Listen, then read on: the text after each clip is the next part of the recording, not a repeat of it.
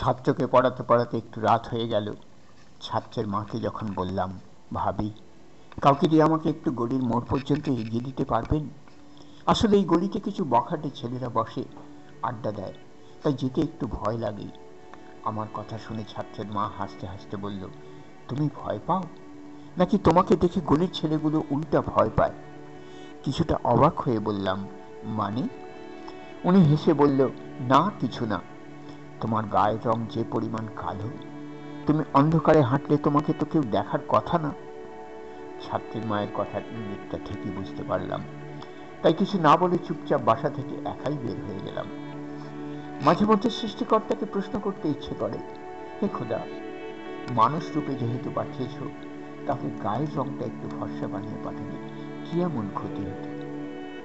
মানুষের এত লাঞ্ছনা আর সহ্য হয়?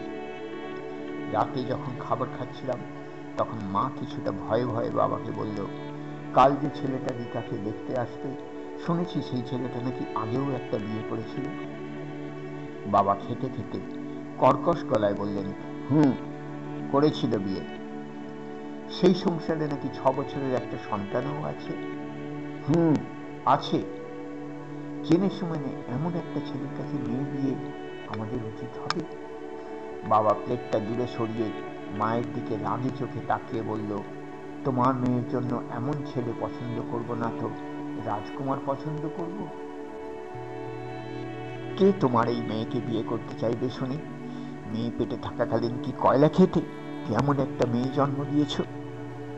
একটা কথা কান খুলে শুনে রাখো, লুলা, ল্যাংড়া, কানা যেই মেয়েকে পছন্দ করবে, আমি তার সাথেই মেয়েকে বিয়ে দেব, কোনো রকম দায়মুক্ত হতে পারলেই বাঁচি।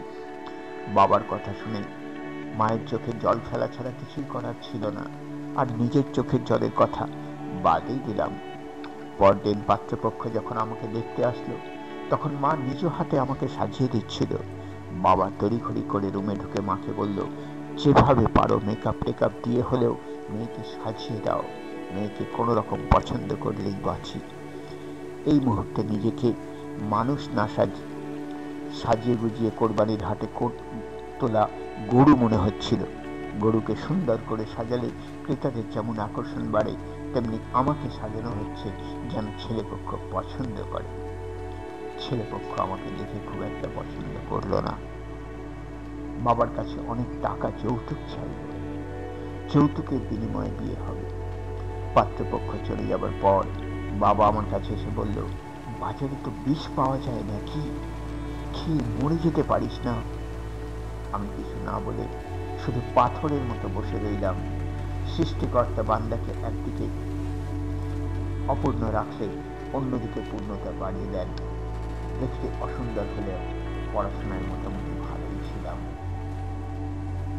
নিজ কানে আশেপাশের মানুষ ছাড়াও জন্মদাতা বাবার অনেক অপমানসূচক কথা শুনেছি। নিজ চোখে মাকে নীরবে চোখের জল ফেলতে দেখেছি, নিজেও চোখের জল ফেলেছি, আর পড়াশোনায় মনোযোগ দিয়েছি। বছর খানেক পর আমি সফলও হয়েছি। আজ আমি ঊর্ধ্বতন সরকারি কর্মকর্তা। একদিন অফিস থেকে বাসায় ফিরে দেখি ছাত্রের মা এসেছে তার ভাইয়ের সাথে আমার বিয়ের প্রস্তাব নিয়ে। এটা শুনে মুচকে হেসে ওনাকে বললাম, ভাবি, আপনার ভাই আমাকে অন্ধকারে খুঁজে পাবে তো? আমাকে দেখে কি ভয় পাবে না? যা হোক, বাসায় যখন এসেছেন চা নাস্তা খেয়ে চলে যান। কথাগুলো শুনে উনি কিছু না বলে মাথা নিচু করে চলে গেলেন। একদিন সকালে ঘুম থেকে উঠে দেখি যে পাত্র আমাকে যৌতুকের বিনিময়ে বিয়ে করতে চেয়েছিল, সে পাত্র বাসায় এসে হাজির। বাবাকে বলছে সে কোনো কিছু চায় না, শুধু আমাকে বিয়ে করতে চায়। বাবা কিছু বলার আগেই আমি ছেলের দিকে তাকিয়ে বললাম, ঠিক আছে, আমি বিয়ে করতে রাজি, কিন্তু আমার একটা শর্ত আছে, আমি বিয়ের পর চাকরি করব না। আমার কথা শুনে ছেলেটা অবাক হয়ে বলল, কেন? চাকরি করলে সমস্যা কি? আমি তখন বললাম, আমি বিয়ের পর শুধু সংসারে মন দিব, স্বামীর সেবা যত্ন করব, বাইরে চাকরি বাকরি করতে পারবো না। ছেলেটা অবাক হয়ে বলল, এত বড় চাকরিটা না করলে তো হবে না। রাগী চোখে ছেলেটার দিকে তাকিয়ে বললাম, বাইরে যাওয়ার দরজাটা ওই দিকে, তুই আর 1 মিনিটও দাঁড়ালে থাপ্পড় মেরে তোর সব করে নাক ফেলে দিব। ছেলেটা কিছুটা ভয় পেয়ে বাসা থেকে দ্রুত পায়ে বের হয়ে গেল। বাবা আমার কাছে এসে বলল, তুই কি বিয়ে করবি না?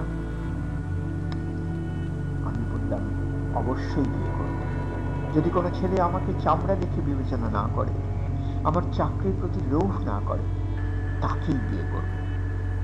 কিন্তু মা, বাবাকে থামিয়ে দিয়ে বললাম, বাবা, আমি দেখতে কালো হই আর যেমনই হই না কেন, আমি তো তোমারই মেয়ে। মানলাম বাবা হিসেবে আমাকে নিয়ে তোমার টেনশন হতো এবং হওয়াটা স্বাভাবিকও, তবুও তুমি কি করে পারতে নিজের মেয়েকে এতটা কষ্ট দিয়ে কথা বলতে?